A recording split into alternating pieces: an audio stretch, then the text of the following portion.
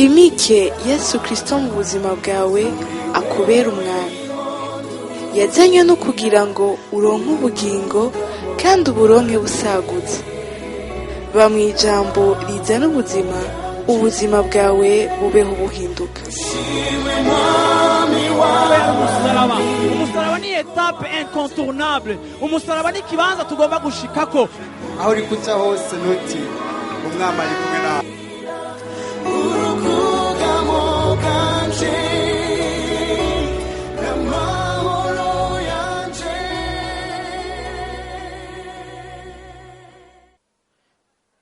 Matayo gice ca 4 guhera ku murongo wa mbere avuga ngo buno Yesu aduganwa na mpwemu mu bugaragwa ngo ageragezwe n'umugwanizi. Amaze iminsi 40 n'amajoro 40 yisonzesheje, abona gusonza. Umugeragezi aza kuri we ati, ni waba uri umwana w'Imana, bwira aya mabuye acike imitsima. Aramwishura ati, byanditswe ngo umuntu ntatungwa n'umutsima gusa, ariko atungwa n'ijambo ryose riva mu kanwa k'Imana. Buno umugwanizi amujana mu gisagara cera, amuhagarika ku gatwe k'urusengero, aramubwira ati, ni waba uri umwana w'Imana, ikororere hasi, kuko byanditswe ngo azokuragiza abamarayika biwe, nabo bazokuramira mu maboko yabo, ngo kumbure ntutsitare kwibuye. Yesu aramubwira ati, vyongeye haranditswe ngo ntukagerageze Uhoraho Imana yawe. Umugwanizi yongera kumujana ku musozi uhagaze cane, amwereka ubwami bwose bwo mw'isi n'ubwiza bwako. Ati, ivyo vyose ndabiguha niwamfukamira ukansenga. Buno Yesu aramubwira ati, mva ko Satani, kuko vyanditswe ngo Uhoraho Imana yawe aba ariyo usenga, kandi aba ariyo usaba yonyene.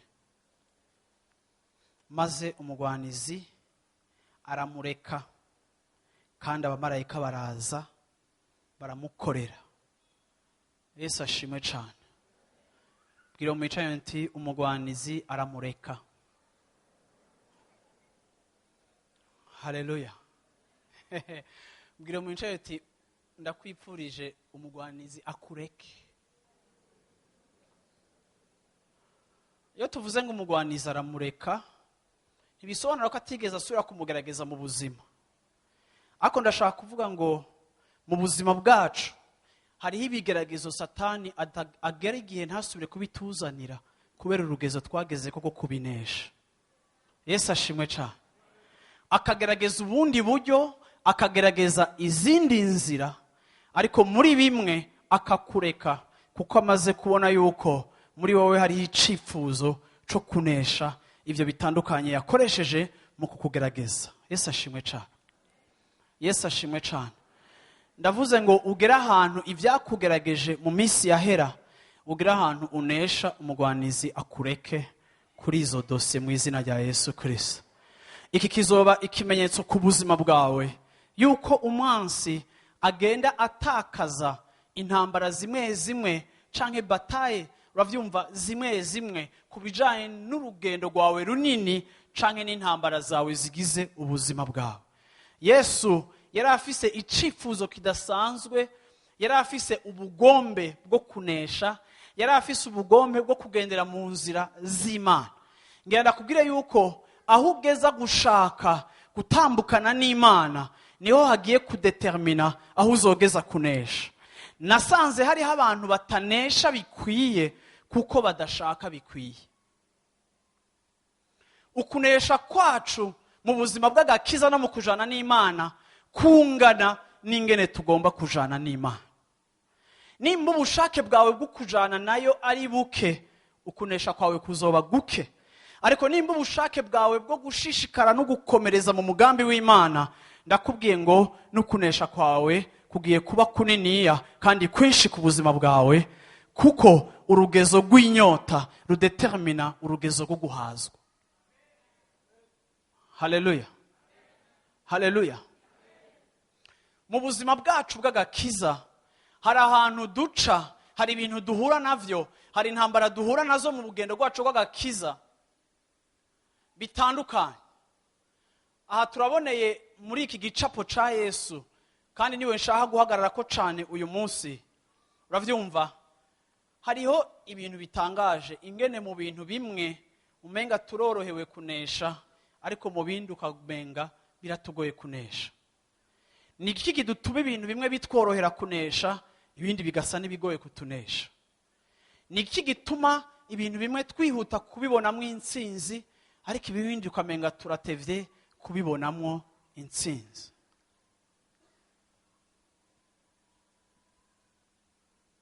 Uno munsi rero nshaka twiyumvire kuri kino kintu, dufatiye kuri ibi bicapo bikeya tugomba gusoma.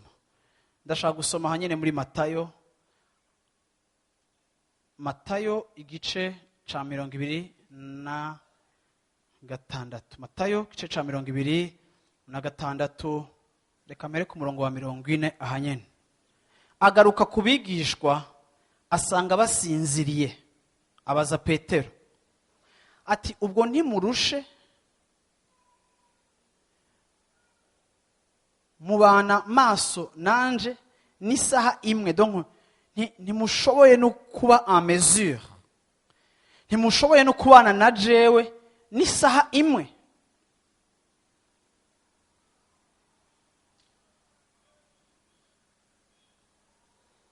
Nimube maso musenge, ntimuje mu mosha mabi. Umutima niwo ukunze, ariko umubiri ufise intege nke. Yongera kugenda ubwa kabiri arasenga ati, Data, asangwa bidashoboka yuko iki kikindengana, canke ico gikombe kindengana, shiti nkinywereyeko, nibibe nk'uko ugomba. Yesu ashimwe cane. Aka gace k'ibi vyanditswe karatwereka ibintu bitandukanye vyashitse mu buzima bwa Yesu, kandi ivyo navyo rimwe na rimwe birashika mu buzima bw'abantu benshi, biranashoboka ko biriko birashika mu buzima bw'iwabo. Aho tubona ubwa mbere Yesu yanesheje ikigeragezo, aho Satani amusaba kumupfukamira, Yesu akanesha, ariko tukabona ariko aranesha. Tukabona muri iki gice ca 4 twasomye uburyo Yesu yanesheje, nta kibazo kigaragara kirimo. Ntitubona ko Yesu yagize ingorane yo kunesha, ntitubona ko Yesu yagowe no kunesha, ariko tubona yuko ahantu hose ico Satani yakoresha mu kumugerageza, Yesu yamuhaye umurongo, yamuhaye icanditswe, yamwishuye uko ijambo ry'Imana ribivuga, kugeza naho ijambo ry'Imana ryatubwiye ngo Satani arataromoka, aramureka.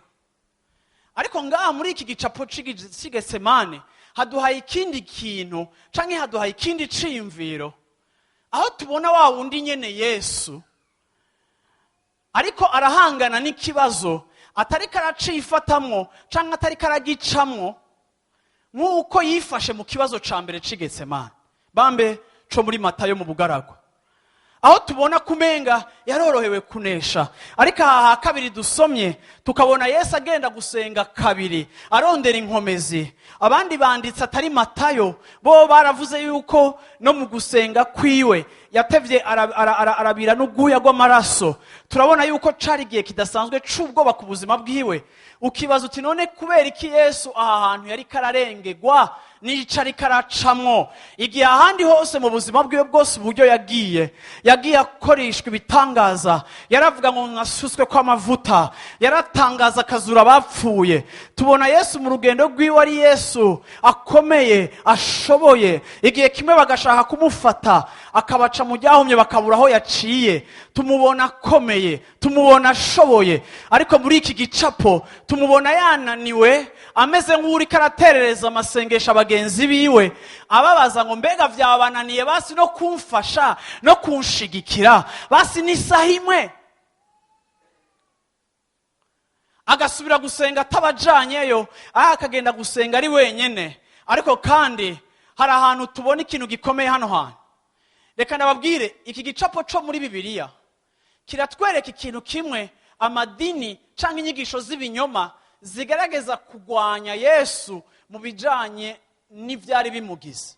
Ndagomba kubabwira ngo Yesu yari Imana 100%, ariko nganabwiye kandi ngo Yesu mw'isi yari umuntu 100%.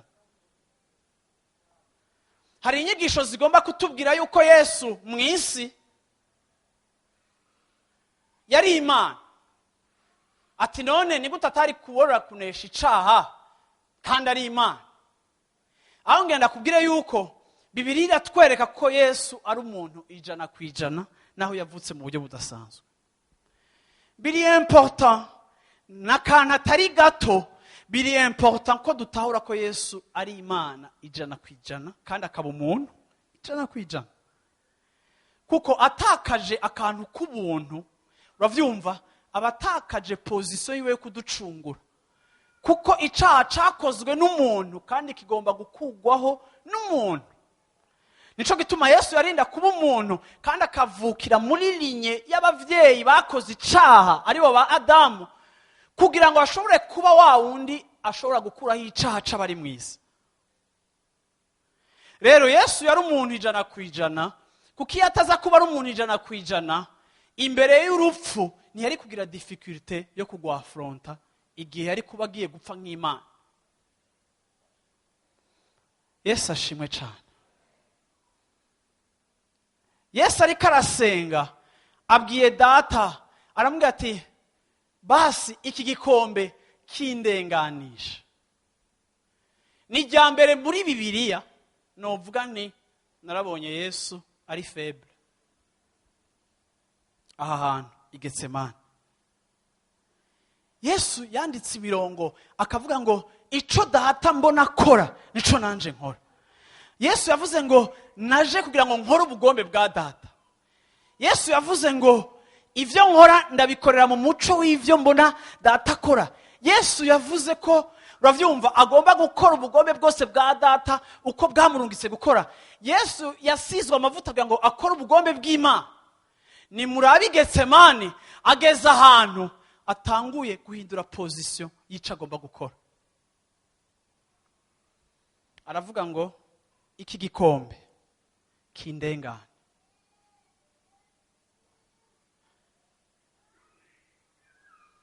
Bantu b'Imana, no musi ndashaka kuvugana nawe kuri iki cimviro kivuga ngo ico Imana yampamagariye kuvukira, ico Imana yaguhamagariye kuvukira, wewe urafise responsabilité yo kugitambukiramo. Kuko intambara nyamukuru ya mbere dufise, uravyumva, aha Yesu ntiyari kagwana na Satani nkuko twabibonye muri desert agwana na Satani, ariko Yesu ari kagwana na data. Kenshi ubuzima bwacu turagwana n'Imana.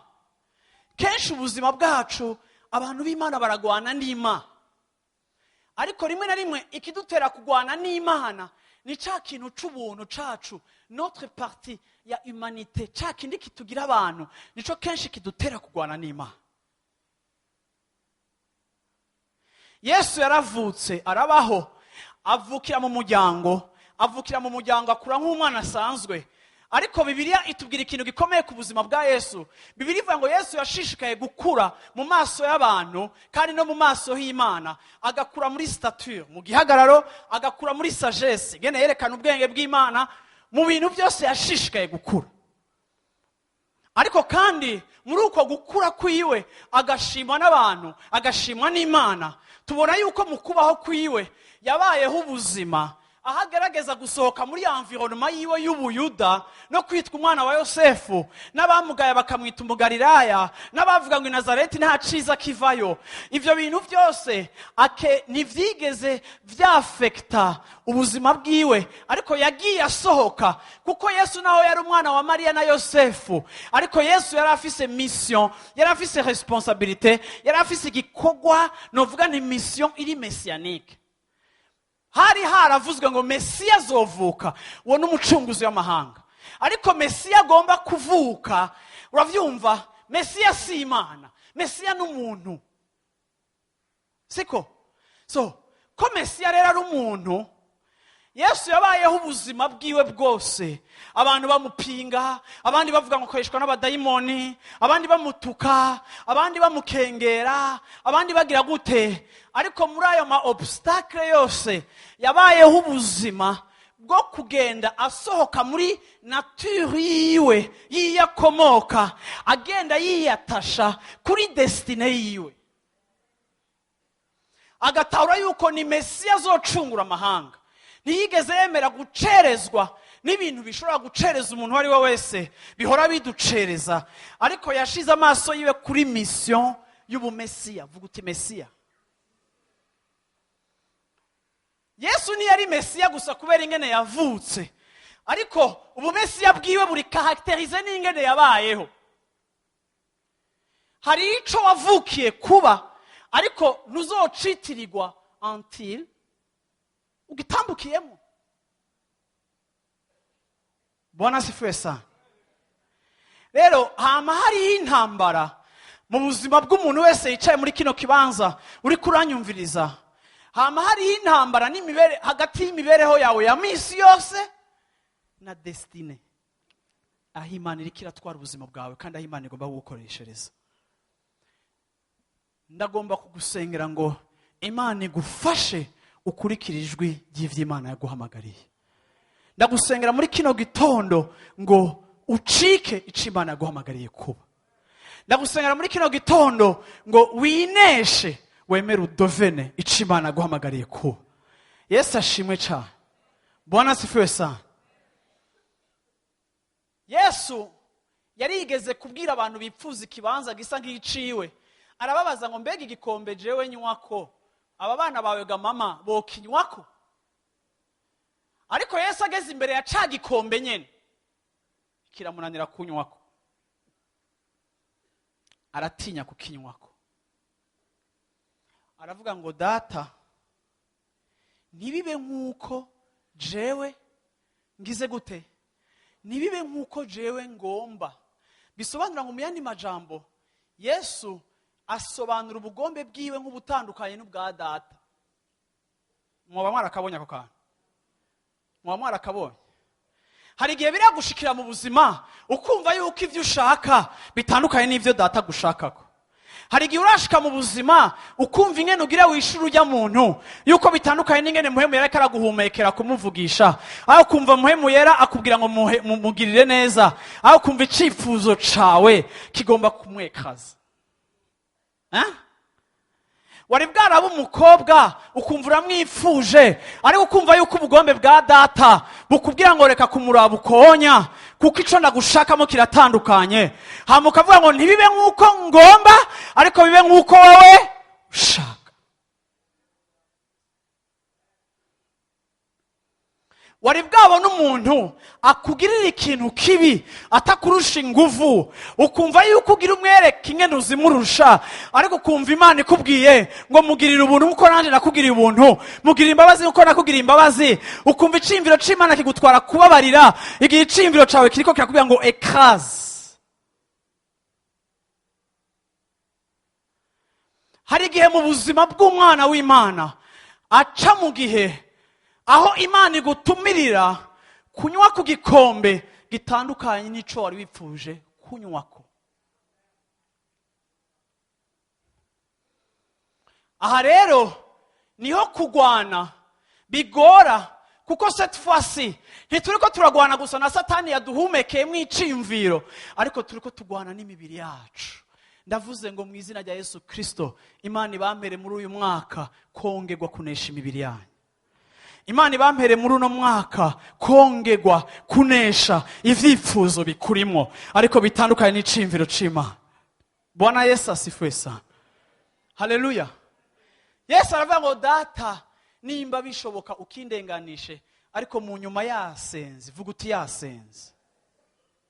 Vuga uti gusenga. Suri vuga uti gusenga. Igihe Yesu yari karabona urupfu imbere yiwe, ntiyagiye kujya ibroshete. Igihe Yesu yabonye urupfu imbere yiwe, ntiyagiye gutera inkuru n'abagenzi. igihe yesu yabonye urupfu imbere yiwe, uravyumva, ntiyagiye mu kindi kintu na kimwe. Igihe yesu yabonye danger, yamenye yuko ahantu honye n'ikibanza akwiye kubamwo ni ikibanza cyo gusenga, kuko aho niho ishengero ryambikirwa ubushobozi bw'Imana. Aho niho umuntu w'Imana yambikirwa. Yesu ashimwe cyane. Aho niho hantu honyene hashoboka yuko tunesha iciyumviro cacu tukambasa iciyumviro c'Imana. Nico gituma ngomba kugutumira muri uyu mwaka.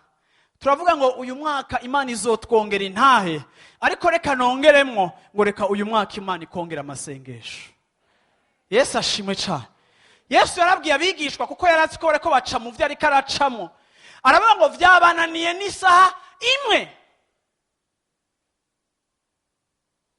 Bantu b'Imana, reka ndabasabe tugire effort de guerre, sivyo? Bwira umwicaye uti isaha imwe uku kwezi kwa Fevrier. Ereko mwicaye uti isaha imwe muri Fevrier basi 1 hour agasaha kamwe. Yesu ashimwe cyane. Yesu ashimwe cyane. Yesu ashimwe cyane. Yesu ashimwe cyane. Haleluya. Yesu yaravye ivyo arimwo, abona ivyo barimwo, aravuga ati mbega mwebwe mushobora kuba muryamye igihe na jewe nzi canzanye, igihe na jewe ntari muri confusion kubijanye na mission yanje, igihe na jewe ntari mu kuzazanirwa kubijanye n'icatumye mvuka, igihe na jewe ntakiriko ndashakisha, nagiye kwinyegeza mu bwiza bw'Imana, mbega mwe muracaryama? Vyabananiye gusengana nanje, basi n'isaha imwe. Urashaka iyihe ntahe utabana nawe? Urashaka iyihe yerekwa utabana nawe? Urashaka ubuhe buzima utari ku birenge vyiwe?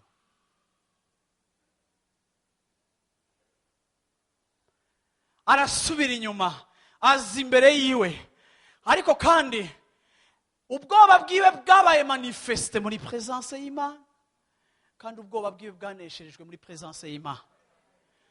Ndashimira Imana muri kino gitondo ko yaraduhaye ahantu. Haleluya. Imana yaraduhaye ahantu. Yaraduhaye uburenganzira bwo kuja mu bwigobeko bw'isumba vyose. Yaraduhaye ahantu dushobora kunyegeza imitima n'imishaha yacu. Yaraduhaye ahantu dushobora kuneshera umwansi, dushobora no kuneshera imibiri yacu. Yaraduhaye ahantu dushobora kwambikirwa. Yaraduhaye cadre, yaraduhaye accès, yaratwemereye, yaratwugururiye. Igihuzu caratabuwe kugira ngo tuhaje, hama tuhambikirwe, hama tuhaneshereze. Nitunesha turi mu ntambara, tuneshereza muri presence y'Imana. Intambara ziri ku muryango wacu, n'intambara ziri mu rugendo rwacu. Bwira umwicarano uti isaha imwe gusa. Haleluya. Mubwira uti ndakwipfurije uyu mwaka ucika umwaka w'amasengesho ku buzima bwawe. Haleluya. Haleluya. Yesu ashimwe cyane. Yesu ashimwe cyane. Reka ndakubwire muntu w'Imana, nasanze kuba umwana w'Imana sico kintu Satani atera gusa, ariko nasanze Satani kimwe mu bintu atera umuhamagaro wawe. Umwana w'Imana ari passive, yicaye, Satani naho aramutera cyane. Ariko umwana w'Imana ariko aragomba gucakira destine, ahavuga ati data, nibibe nk'uko nshaka, ariko bibe nk'uko wowe ushaka. Ndemera yuko nk'umuntu ivyifuzo vyanje n'ingene numva n'ingene merewe n'ubwoba vyontera kutagumbira ico wampamagariye, ariko Mana reka ngumbire ico nahamagariwe, kuko aribwo bugombe bwawe. Je renonce à ma volonté, ndarekuye ivyo nshaka kugira ngo ngumbire ico ushaka. Igihe ubuzima bwawe butanguye kurekura ivyo ushaka kugira ngo bugumbire ico wahamagariwe, Satani arahaguruka akakugwanya. Satani arahaguruka akakujana i Getsemani. Satani arahaguruka agatera imyambi, kuko agushaka wicaye, ntagushaka uri en devenir, ntagushaka uri kuracika ico wavukiye.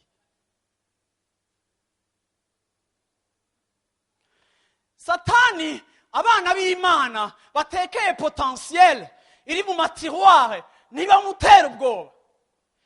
Isi niba contrariye n'abana b'imana bicaye bari inactive, ariko satani ari perturbe n'umwana w'imana yamaze kubona ico papa ashaka, akavuga ngo reka basi ico ushaka bari ico kiba, apana ico nshaka.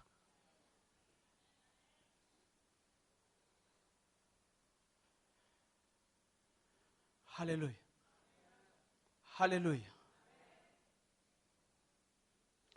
Nimba uriko uransobanukirwa uduze ukuboko kwawe. Haleluya. Yesu ashimwe cyane. Reka ndakubwire muntu w'Imana, mu bwami bw'Imana kandi eglise si club.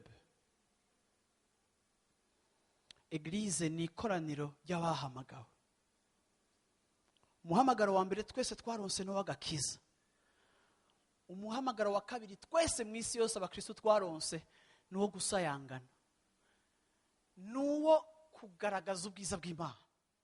Nzobivuga kwa Munguza, ariko ndashaka kuvuga ngo muri Ancien Testament Imana yagaragaje ubwiza bwayo mu sanduku, ariko ngenda kubwira ngo mu isezerano rya kera nta sanduku ikihari, wowe uri sanduku yikoreye ivyiza vy'Imana, yikoreye témoignage y'Imana.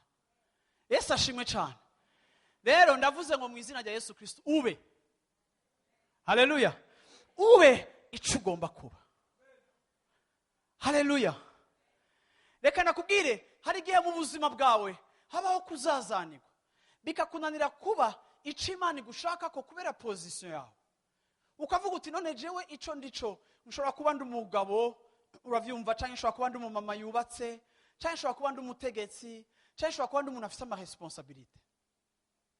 Ugasanga position ufise mu buzima iriko irakubera intambamye. Hariho confusion hagati ya position na accomplissement. Ico urico n'ico ukora. Imana ifashe mu nyumve. Haleluya. Reka ndabivuge gutya. Yesu yari umwami, aza mu isi nk'umwami. Kuri condamnation y'urupfu rwa Yesu, murazi ikintu bamwagirije? Murazi icaha bagirize rero? Icaha kimwe, yiyita umwami w'Abayuda. Vuga uti yiyita. Ni bande bazi ko yari umwami wabo? Haleluya. Sivyo? Yiyita umwami w'Abayuda. Ariko igihe Yesu yari karadefinisa ico yaje gukora, ntiyigeze ahagarara cyane kuri facteur y'uko ari umwami. Ahubwo yamye yereka abigishwa biwe yuko yaje gukorera abandi. Ntiyigeze acanganyikirwa hagati y'ico agomba gukora n'ico arico. Ndashobora kuba umwami ariko kandi nkaba umukozi. Rero ntihagomba kubaho intambara hagati ya position na accomplissement. Yari yaratahuye neza yuko ubwami bwiwe azofunctiona nk'umwami aserva. Rero ntiyigeze ategwa n'isoni kandi ntiyigeze ategwa n'ingorane gukorera abandi. Ariko kubakorera ntivyigeze bimumanura kuri hayo ubwami. Ariko abamuraba bakabona ivyo akora n'ukwasa n'ingene acishije bugufi, baravuze ngo uyu muntu certainement icaha ciwe yiyise itacari, kuko ico atari, kuko nta mwami asa nka mayibobo abarabarandi n'ikamba mbiri n'ipiririzo zuyu mukungugu batanamuterura. Kenshi mu buzima bwacu hariho conflict hagati y'ico Imana yampamagariye n'ico ndico. Ndagusengera ngo Imana igufashe ntube perturbe na position yawe ngo ikubuze gukora service ico Imana yagusavye. Haleluya. Bwana sifiwe sana. Data, ivyo ushaka bibe, apana ivyo nshaka. Ni kangahe ivyo dushaka bihora biba? Kenshi. Ariko igihe cyose ivyo nshaka ari byo biriko biraba, ndacererwa kwinjira muri destine, ndacererwa kwinjira mu cyo Imana yampamagariye. Wewe uri wewe wemeye yuko ibyo udashaka byama biba iminsi yose, ariko iby'Imana bigwire muri uyu mwaka mu buzima bwawe, kandi ibyo bishiswa kugira ngo ugende ushika kuri ca kindi Imana yagutumiye ubaho. Uri special, uri gitangaza. Bantu b'Imana ngaha muri mwebwe hari abantu tutazi, ariko mutekeye mu butunzi butazi, buteye ubwoba. Bamwe mumeze nk'amashugwe acugaye, ariko kandi mu kanya gatoya mugiye kuguruka abantu bamenye ubwiza. Niwe wamenye ubwiza bw'ishugwe ryugaye, ariko iyo ishugwe ritanguye kuguruka ubwiza bw'abantu barabureka bukabaho. Ariko iyo ubwiza bwawe butanguye gusohoka haba hari ivyo uri kuratakaza. Reka ntakaze ariko ninjire mu bwiza bwanje. Reka ntakaze ariko nsayangane. Reka nshire ku gicaniro c'urupfu ivyo nshaka kugira ngo ivyo Imana ishaka bibe. Reka dutakaze kugira ngo ivyo wewe washaka bishoboke gukoreka mu buzima bwacu. Niba uvyizera vuga uti amina. Oh, semera cyane uti amen.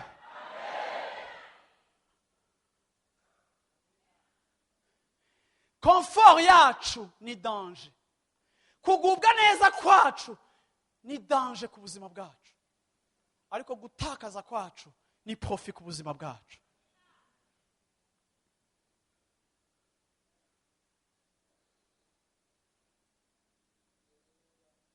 Haleluya. Reka ivyo ushaka bibe. Reka ivyo ushaka bibe. Yesu ashimwe cyane. Washobora kuvuga nanjye uti reka ivyo ushaka bibe. Hariho abantu Imana imaze imisi iravugana nawe mu buryo bwiyoroheje. Ndaje gukonfirma ico Imana imaze imisi irakubwira. Reka ivyo ashaka bibe. Yesu ashimwe cyane. Excuse iragucereza, citwazo kiragucereza, ariko uretse ivyo ashaka bikaba uzorekipera nico watakaje.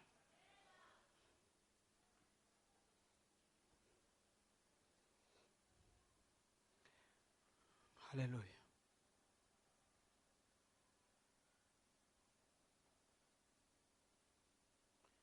Urazi kangahe twebwe nk'abantu b'Imana? Urazi kangahe twe twiraba ukavuga uti ibi sivyo mbereye? Urazi kangahe wiraba mu buzima bwawe ukavuga uti Imana ibi bintu ndimwo sivyo nari nkwiriye? Reka nakubwire naho uri kurasengera situation yawe. Ngana kubwire ngo hari igihe bishoboka yuko ivyo uri kuracamo bitandukanye n'ivyo wumva ko wari umerita. Reka ndaguha akarorero. Waragiriye neza abantu n'umunsi bakora kugirira nabi. Mu masengesho bakavuga uti Mana ibi sivyo nari imbereye. Mana ibi sivyo nari imbereye. Mana uyu muntu sibi yarakwiye kunkorera. Ariko hari ikintu muhemu yera yambariye ejo, kandi murumva ko nakunda vuga témoignage. Musazo je ndaguma muri tembe. Murumva ko navugiye akote y'ivyo turiko turiga uyu mwaka. Ariko numvise iri jambo shaka kuri kuzanira. Imana yarantahuje ejo yuko turafise ikibazo cico twita mérite.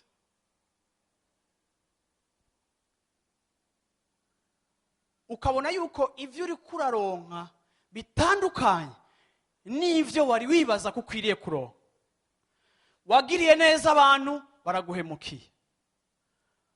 Watanze uburyo bwawe mu gikorwa c'Imana, ariko uyu munsi urabuze ingene uriho amafacture yawe. Wafashije abantu bari mu bibazo,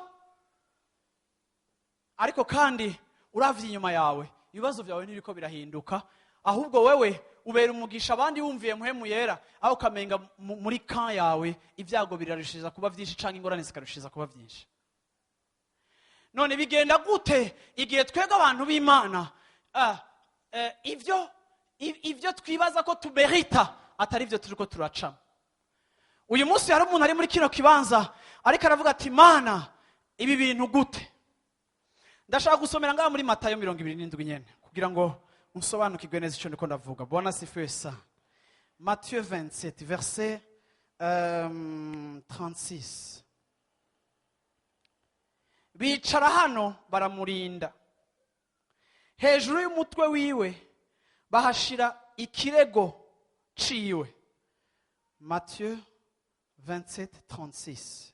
Uwo ni Yesu, ku mutwe wiwe bahashize ico bamwagiriza. Hejuru y'umutwe wiwe bahashira ikirego ciwe canditswe ngo uyu ni Yesu umwami w'abayuda. Maze babambana nawe abambuzi babiri, umwe iburyo uwundi ibumoso. Abahita baramutuka bazunguza imitwe bati, ewe usambura urusengero ukagubaka mu minsi 3. Ayo n'amajambo Yesu yigeze kwivugira. Niwikize, niba uri umwana w'Imana imanure ku musaraba. N'abaherezi bakuru n'abanyabwenge b'ivyanditswe n'abashinga ntahe bamucurira batyo nabo bati, yakijije abandi, we ntashobora kwikiza. N'umwami w'Abisirayeli niyimanure ku musaraba ubu nyene duheze tumwizere. Yizigiye Imana nimukiza ubu nyene niyaba imubabaye, kuko ngo yigira ngo ndi umwana w'Imana. N'abambuzi babambanywe nawe nabo baramutuka. Bwana asifiwe sana. Bwana asifiwe sana. Je sinzi ko ahantu wowe urahashika, ako sinzi ko urashika aho abantu bose be bagutuka, sivyo? Guhera ku munyagihugu muto gushika ku bategetsi bo hejuru b'abaherezi n'abandi bose, umwe wese yari afise akantu yibuka. Aha, yakirije abandi sha imanure rero, undi akarengana. Aha, ingoro uzoyimena mu minsi 3, hamusuru ubaka. Abantu bazima, abaswase muri sosiyete, ababuze uwo batuka, abafise ibitutsi babitse bakeneye gusohora, abaronse gishasha, n'abatigeze bamubona bakarengana ngaho igorogota babona abatipe 3 bamanitse. Uravyumva, bamwe bakavuga ngo ujya yarivye, uwundi yaniza abantu, uwundi yita umwami w'Abayuda.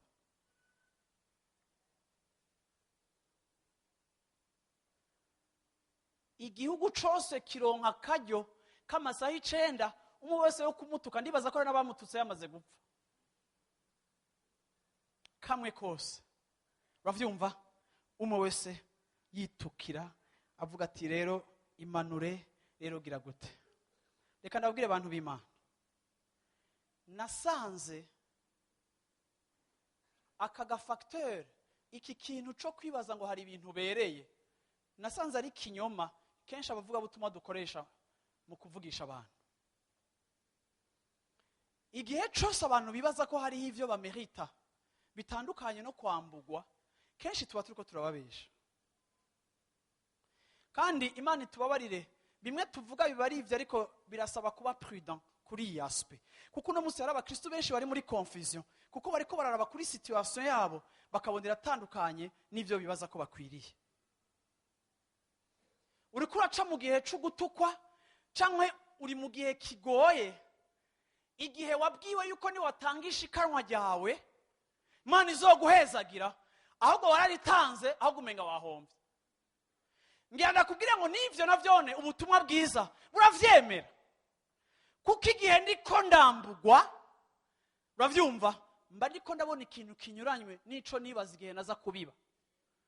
Kuko bene iyi mind yo kwibaza yuko hari ivyo tumerita idutuma tugirira neza abantu canke dukorera Imana twibaza yuko izobidusubiza incuro izana tukingaha mwisi. Ugasanga umukristo verse yonyine imwazi ngo abamukurikiye bose bagaheba ivyabo vyose azobibasubiza ngaha mwisi incuro 100 surinye incuro 100, ngo kandi no mwijuru none igihe hakubona inshuro 100 ahubwo uri kuratukwa, ahubwo uri kuravumwa, ahubwo uri kuracokogwa, ahubwo uri kurashinyagurirwa, ahubwo uri kurasuzugurwa, ahubwo uri kurakengerwa n'umuntu wese, bamwe bagukubita mu mutwe ngo ninde yakukubise inonzi. Aho hari inshuro 100 zirimo, uri muri mwansa. Ariko ngira ndakubwira approche nziza yo kujana n'Imana. Ubutumwa bwiza ico butwereka yuko nuko muri Kristo tuzohabwa kandi tuzona kwambugwa. Iyi bayita full gospel. Turafise igihe twambikwa, turafise n'igihe twambugwa. Iki nico bita umusaraba. Kuko utabitahuye ikibanza cawe c'amasengesho ikibanza cyo kuburana n'Imana. Mana narariheze ijya mfuvye Minerval. None abanyene kaja nine kambariye kambwiye ngo iki nibikamvuze kwa nyokuru. Kavuze ngo nene. Ugasa Mana nabara. Abansi banje Mana. Abamvuga Mana. Abagira gute Mana. Biyokipe. Tesa Mungu. Yo. Tesa.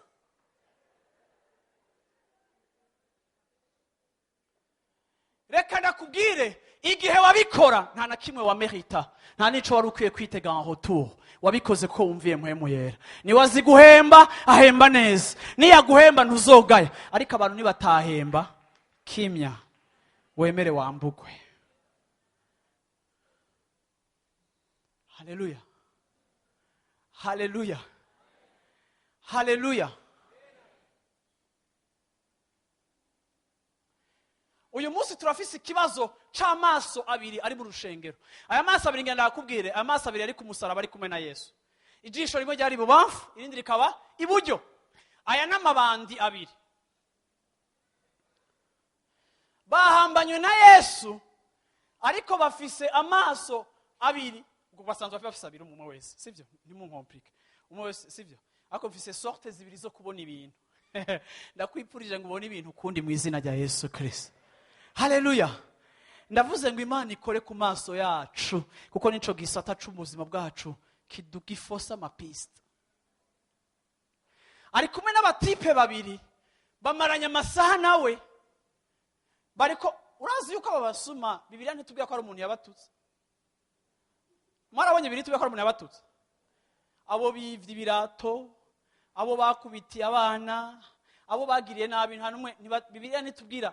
Aba bantu bose barakonta ama evangile ko ari batatu baruka bose bandika. Nta numwe yageze atubwira yuko ibi bisuma hari umuntu yabitutse. Umutipe umwe wenyene yari uwo gutukwa. Hajya yarinde yari udakwiriye gutukwa. Rero si kibazo cibikwiriye nibidakwiriye. Uravyumva? Ni kibazo c'intumbero. Bwana sifiwe sana. Ntibihagaze kuko wowe uri mubi cyane kurusha abandi, ariko bihagaze yuko umwe ariko yinjira muri destiny. Aho Satani atagupiganisha kugeza ku munota wa nyuma, arakugwanya kugeza ku munota wa nyuma. Reka ndababwire, iyo Yesu aza kuvuga ku musaraba ngo mbega urazi yuko bitwara, reka n'ivyo avuga bakavyumviriza. Iyo Yesu aza kuvuga ngo je ni mumanure sinkira umwami, ndakurahiye bari kumumanura. Bisobanura ngo hari hakiriho possibility yuko amanuka gushika apfuye. Rero niwe ari karatukwa, niwe bariko barazomera, niwe bariko barabwira amajambo ibisuma. Ofete byo biriko byambara hafi kugororoka, kugeza naho Matayo atubwiye ikintu abandi banditsi batatubarira. Matayo atubwiye ngo ibisuma byose binavyo biramutuka. Mwasomye kare muri pluriel. Bose ari babiri baramututse, si umwe yamututse, bose baramututse. Wowe nimbura umwana w'Imana, imanure rero akaronga ibitutsi vya parallel nk'uko aronga ivyo muri sense. Uravyumva? Ngambo yote yaraba papa wiwe akava ngo ni ikiki cakumbebesheje. Umviriza ndababwira,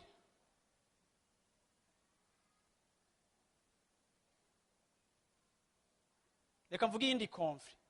Hari ikibazo hagati y'ivyo witeze n'ibigushikira. Ibi bintu bibiri biragwana. Hari ikibazo hagati ya attente yawe na experience yawe. Uti gute? Hari igihe twebwe sinzi nka mwebwe ngene mwakijijwe, twe hari ubutumwa twigeze kumva butubwira yuko ushitse muri Yesu ucika umumiliyarderi.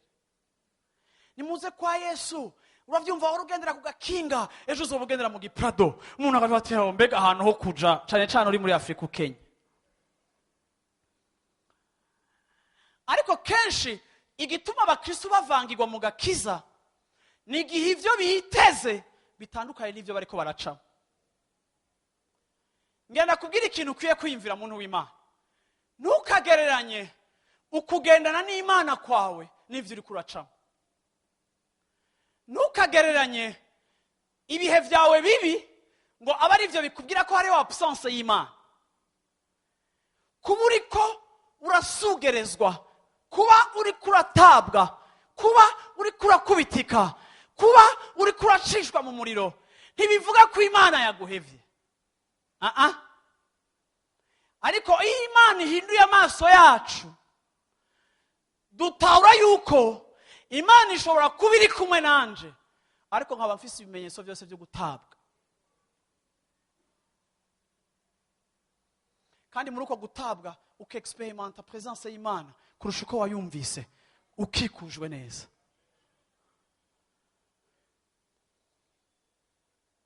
Ibi bisuma kimwe cararavye Yesu, umutipe batuka guhera mu gatondo amasaha 9 bamutuka kiramuraba naco igashiramwe ivyaco we agakubita mu bitutsi vyiwe, nawe agasura akababara umusaraba wiwe, agasura akamuhindura akamutuka, uravyumva, agasura akabazwa nawe n'umusaraba wiwe, imisumari kamubabaza, agasura kana kamutuka. Mon Dieu, ninde atogushikira? Ni gisuma kizizi ico cakoze naco kigiye muri liste.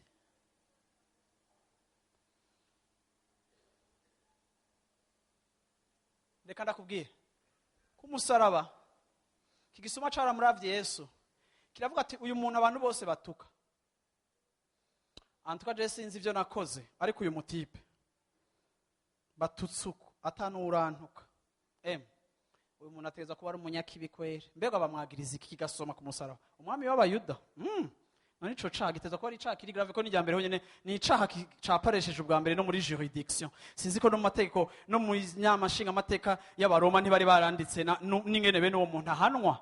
Uravyumva ati okay, yesha umuntu ateza kuba ari umwami w'Abayuda.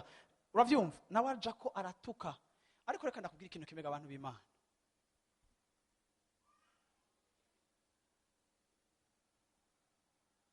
Reka mvuge gutya.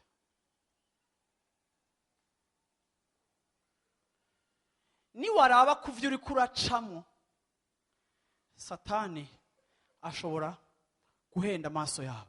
Iki kigabo cigisuma kimwe caramututse, ariko uwundi wo ngaha ku ruhande aramubwira ati sha wowe uri kuramutuka je ndihanye.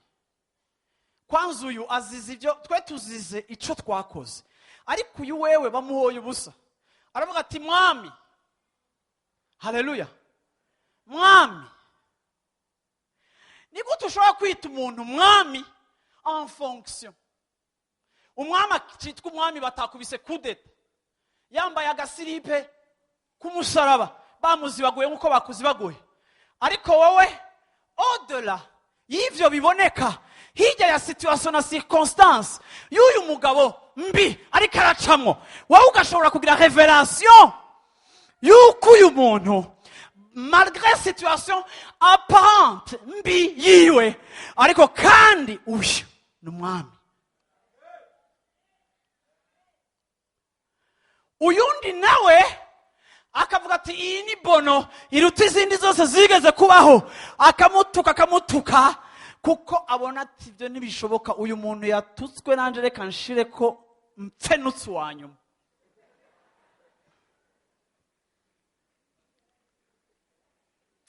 Ako nuko tutatukana kweli.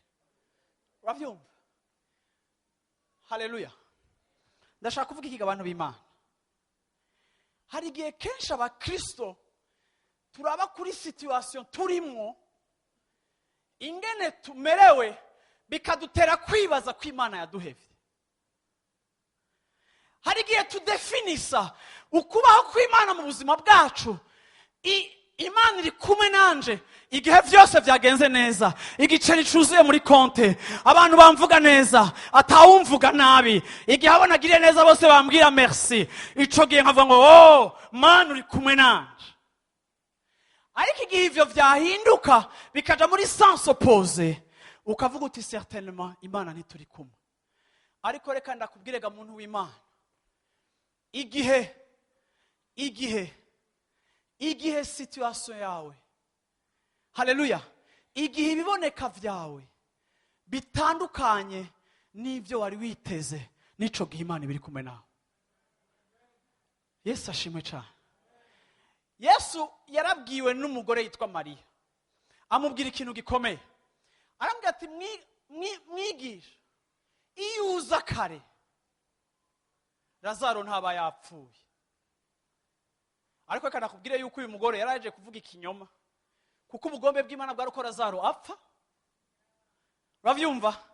Suko yaje kare Lazaro atari gupfa, ahubwo yatebeshejwe nuko Lazaro yandikiwe gupfa kugira ngo aze yapfuye amuzure.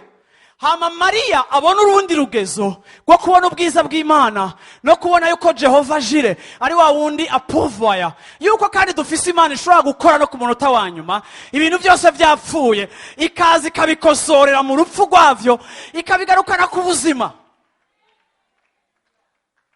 Rero igihe ivyo niteze bidahuye n'ivyo ndiko ndacamwo, ico gihe umuntu w'Imana anacanganyikiwa. Ico gihe hakenewe revelation. Ndavuze ngo ico gihe hakenewe uguhishurirwa. Ndasubiye cyane, ndavuze ngo ico gihe hakenewe revelation. Ndavuze ngo mwishengero, ndavuze ngo mu buzima bwawe Imana ikongere revelation. Ndavuze ngo mu buzima bwawe Imana ikongere guhishurirwa, kubera n'igihe ibi biriko biraboneka bitandukanye cyane. Uravyumva? Ivyo niteze bitandukanye n'ivyo ndiko ndacamwo, nico gihe hakenewe revelation. Kuko revelation ikuraho deception. Uyu muntu yabonye umugabo ari gusa, we ava kumubona nk'ikirumbo atangura kumubona nk'umukiza. Aravuga ati mwami, ntaravye ingene usa hanze, ntaravye na traitement bakugiriye, ariko iyi description ivuga kuri umwami ndayizeye. Niwagera mu bwami uzonyibuke ko je narakoze amakosa, umbabarira ivyaha vyanje. Uyu muntu akura amaso kubiboneka, ashira amaso kuri revelation, ahishurirwa hirya y'ibiboneka. Reka ndakubwire muntu w'Imana, turakeneye guhishurirwa hirya y'ivyo turiko turabona.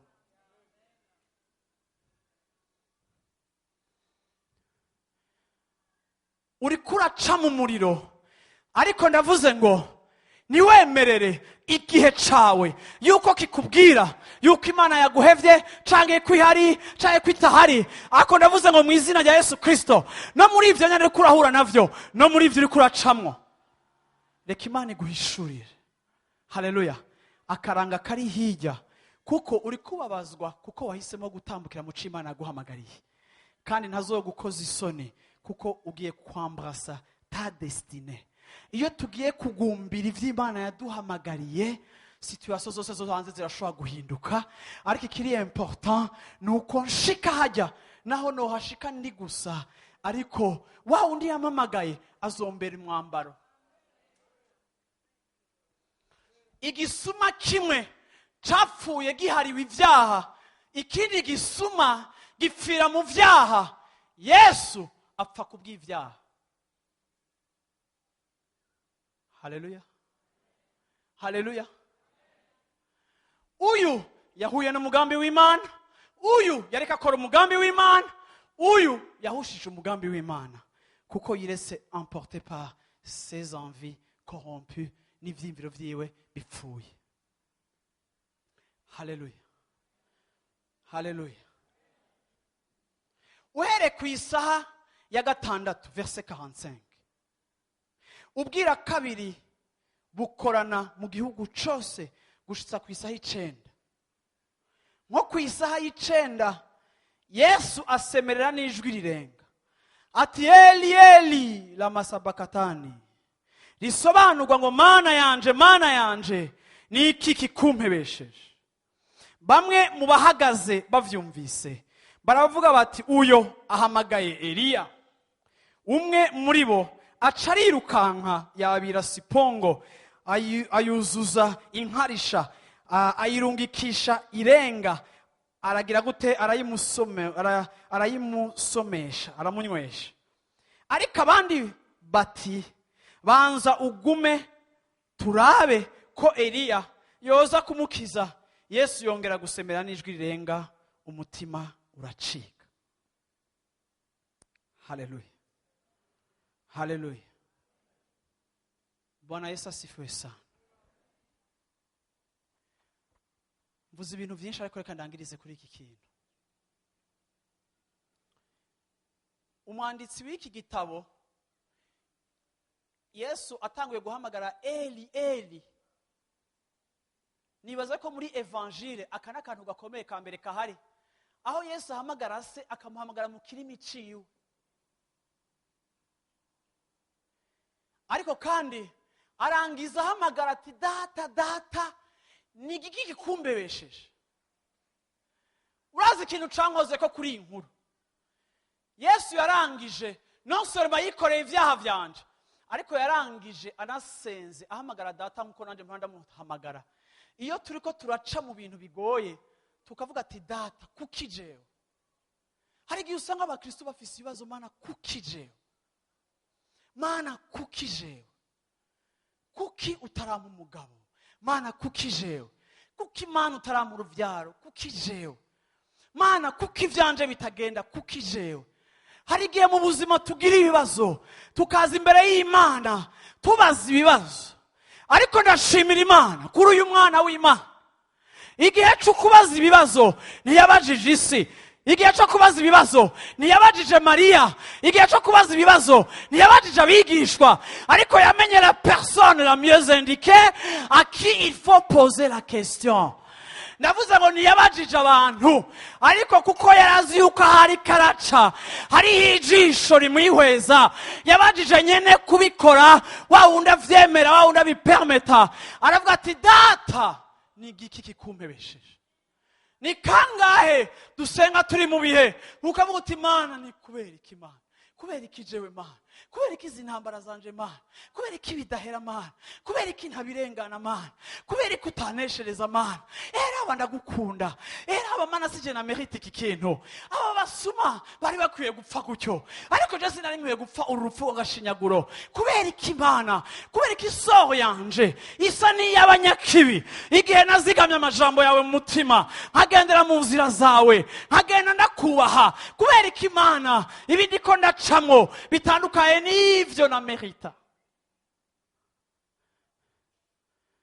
Ariko ndashimira Imana nimba ico kibazo utakibaza abantu, ukakibaza nyene kubikora. Ndarangije mvuga ngo Yesu yapfuye atubarije ikibazo cacu. Ikibazo uhora ubaza nawe yarakibajije. Why? Kubera iki? Kubera iki? Kubera iki? Nturi wa mbere abaza ico kibazo, ariko nawe yarakikubarije. Yesu ashimwe cyane. Ahejeje arasemerera, wavyumva, arapfa, abashikije ico yavukiye, naho bishikiye mu rupfu complete, ni la mort complete. Haleluya. Ariko kandi arazuka. Ndavuze ngo uzozuka. Umaze gupfa, umaze gutakaza, azokuzura. Ndavuze ngo azokuzura mu izina rya Yesu Kristo. Haleluya, haleluya, haleluya. Kuko mu bihe byacu byose n'ibihe byacu bibi, n'ibihe byo kuvugana nawe, kuko ni wafise ibyo ashobora kukubwira bijaye n'igihe uri kuracamo.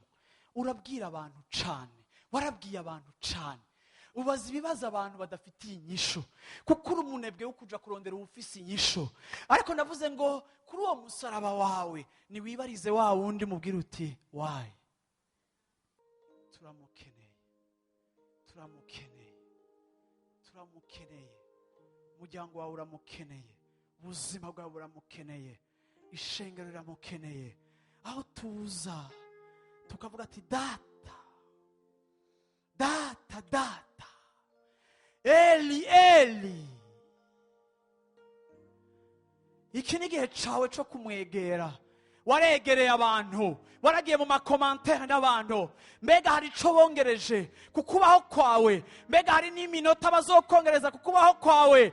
Niwe atwambura kugira ngo atwambike, niwe adukura ibya kamere kugira ngo atwambike iby'ubwami. Nous sommes des fils et des filles du royaume. Nous appartenons à un grand royaume. Ubu butumwa bwiza ni mystère. Kubahona inkuru z'umusaraba n'ubupfu, baramutuka, baramuvuma, baravuga ngo uzogaruke tuzokurasa. Isi yararonse amablende kuko inkuru z'umusaraba ari ubupfu kubahona. Ariko kuri twebwe ababaho n'ubuzima, n'ubuzima, iyo tumubonye turengana ubwambure bwiwe, tukamenya icubahiro ciwe. Ivyo bavyita revelation.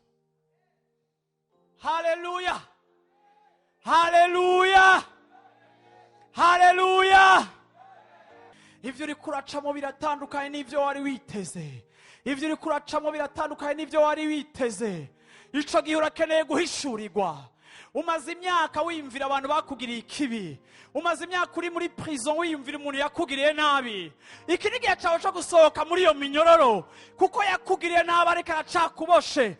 Ariko iyi ni isaha yawe yo kuva muri iyo minyororo, kuko harageze igihe Imana yugurura amaso yawe ukabona kijya kibi, ntukibone nk'intambamye ariko ukibone nk'igikoresho, kuko Imana ifatisha byose ikabikonaniza hamwe kugira neza abakunda Imana. N'ibyo Satani yazanye bisa n'urupfu mu buzima bwawe, Imana igiye kubikoresha mu kugutwara muri destine yawe.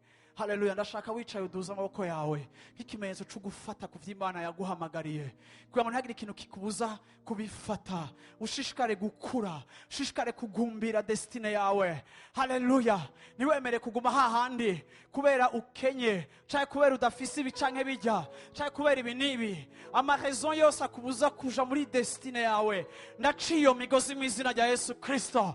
Ndavuze ngo sohoka uje kugumbira ivy'Imana yaguhamagariye. Peu importe le prix à payer. Alléluia. Alléluia. Alléluia. Alléluia. Alléluia. Oh, ndashaka kumva ijwi ryawe. Ndashaka kumva ijwi ryawe. Nimba uri hano hawe umuntu umeze nk'umaniswe, umeze nk'uri karacokogwa, umeze nk'uwatawe nk'utari karatahugwa, umeze nk'uri karakengerwa. Hari umugabo ari karakengerwa n'umugore wiwe kuko udashobora gusubvena ku mabezo ya famille. Akwita amazina yose, yaranakubwiye ngo wowe nturi umugabo. Ariko reka ndakubwire ngo si kubera wambaye ubusa utari umugabo, si kubera umanitswe utari umugabo, ariko igihe cyawe cyo kwambugwa kugira ngo bari bazokwambika ivyo abantu badashobora kukwambura. Ndavuze ngo Imana itwambitse, abantu niba bagifise access yo kutwambura. Imana ikuzuye, nta rundi rupfu ruba rukiri inyuma. Ububiki ubwiza lemrosheteleko barakubwiye ngo iyo Mana wakurikiye, baracokoye Imana wakurikiye, barakrititse Imana wakurikiye, ngo mbega igufashije iki, ngo mbega igufashije iki. Oh, usengera abandi ariko we ntiwishugwa, usengera abandi bakishugwa ariko we ntuva aho uri. Ni igiki muntu w'Imana utumvise? Nakaye gakengerwe utaciyemo, niye imiriyasi utahuye nayo, ariko ndakubwiye ngo kora ubugombe bw'Imana, kora ubugombe bw'Imana, kora ubugombe bw'Imana, kora ubugombe bw'Imana, kora ubugombe bw'Imana. Ushobora kuba umushitsi, ushobora kuba watugendereye utazogaruka hano hantu. Akirira ijambo, kora ubugombe bw'Imana, reka ibyo ashaka bibe ibyawe biceceke. Washobora kuba wimirije urugendo, iyo ari dimanche yawe ya nyuma, genda ukorera Imana.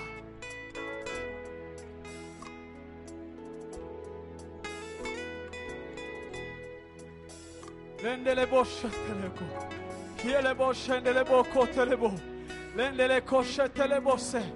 Oh, izura bapfuye igiye kukuzura, imvura bapfuye igiye kukuhetablisa, izura abapfuye nizokurekera ikuzimu, izura abapfuye nizorekera ibyawe aho, izura abapfuye nizorekera ibyawe kuri iyo saha.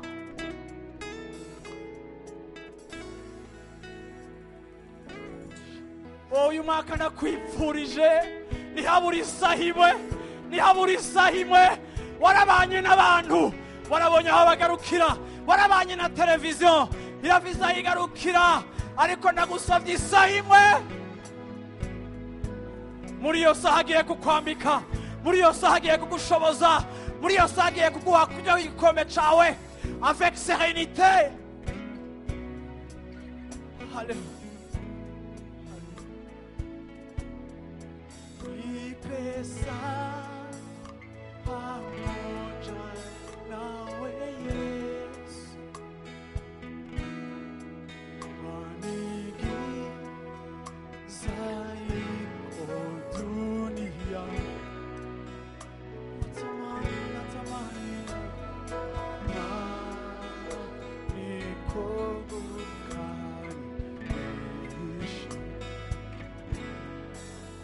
usikie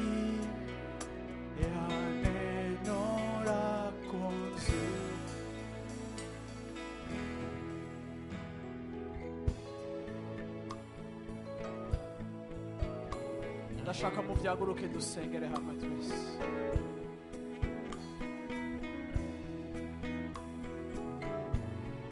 Shindele bose nyemerera uhaguruke mu ntebe yawe tugiye gusenga. Muri indwi tuzosenga. Shindele bose kitele bose shindele bose. Uyu mwanya ntukurambire. Haleluya. Uyu ni umwanya Imana igiye kwambika inkomezi abantu ba, igiye kugusabira inkomezi zo kunywa ku gikombe cawe. Twubasha ukubaho kw'Imana, tuvyaguruke mu ntebe zacu. Ngiye kugusengera, ngiye kugusengera.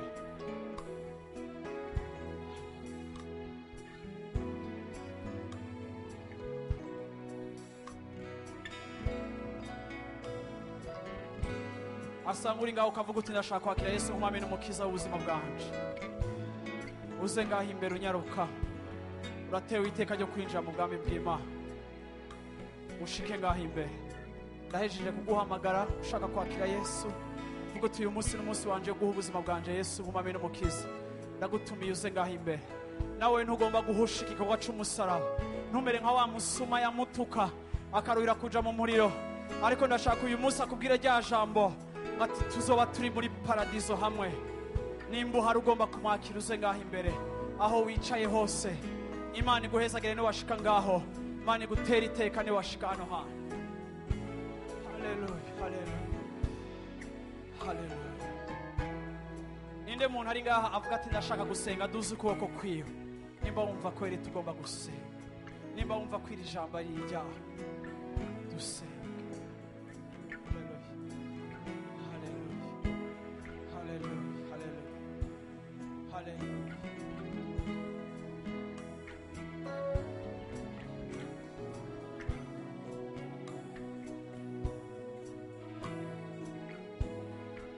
Bashobora gufata ukuboko kuba muri kumwe ugatanga kumusengera uti Imana mushoboze kunywa kuri iki gikombe ariko aranywako. Musengero uti mushoboze kunywa kuri iki gikombe ariko aranywako. Hari igikombe c'ubushi. Imana iguhezagire uje kwakira Yesu. Urashobora kumukomera amashi. Haleluya. Nimba hari uwundi ashishikare kuza. Haleluya, haleluya, haleluya, haleluya, haleluya. Bashobora gutanga gusengera mu bicarano. Tangura umusengere, tangura umusengere. Haleluya, haleluya, haleluya, haleluya, haleluya, haleluya, haleluya, haleluya. Umusengere Imana imwongere revelation. Ndasenze ngo Imana yongere ishengere guhishurirwa. Hariho ubukene bwo guhishurirwa mu buzima bw'abantu. Hariho ubukene bwo guhishurirwa mu buzima bw'abantu. Oh, ata revelation ntushobora kuba muri uru rugendo neza. Ndavuze ngo Imana yongere imuka wa revelation. Ndavuze ngo Imana yongereze impwemu yo guhishurirwa. Ndavuze ngo Imana yongereze impwemu yo guhishurirwa. Impwemu yo guhishurirwa iduha gusobanukirwa ivyo turiko turacamo n'igituma turiko turabicamo. Impwemu yo guhishurirwa iduha gusobanukirwa yuko ivyo turiko turacamo ari Imana yabirekuye. apana ngo bituvune ariko bicike igikoresho cyo kunesha. Ndavuze ngo bw'izina rya Yesu Kristo ishengero rineshe. Ndavuze ngo bw'izina rya Yesu Kristo uneshe muntu w'Imana, uneshe muntu w'Imana, uneshe muntu w'Imana, uneshe muntu w'Imana. Oh haleluya, haleluya. Numva mpwemu yera ariko araremesha abantu muri kino kibanza. Numva mpwemu yera ariko arasubiza inkomeza abantu muri kino kibanza. Hari abari bademisiyonye, hari abari bahagaze, hari abari ko barabaza ibibazo ngo kubera ikima, kubera ikima, kubera ikima. Reka nakubwire, imibabaro yawe niyo kugira benshi babone Imana, niyo kugira ngo benshi babone kunesha kw'Imana. Intambara zawe zirafise insobanuro mu bwami bw'ijuru, zirafise insobanuro mu bwami bw'impwemu. Reka Imana yugurura amaso yawe usobanukirwe intambara zawe yuko zifise insobanuro. Rendele boshetele kosataraba.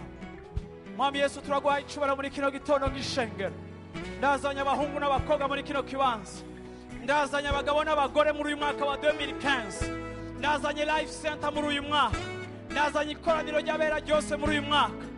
Ndazanye Imana n'abakurikirana Mana ubutumwa bwiza muri televiziyo bakabukurikirana ku bindi bikoresho bitandukanye.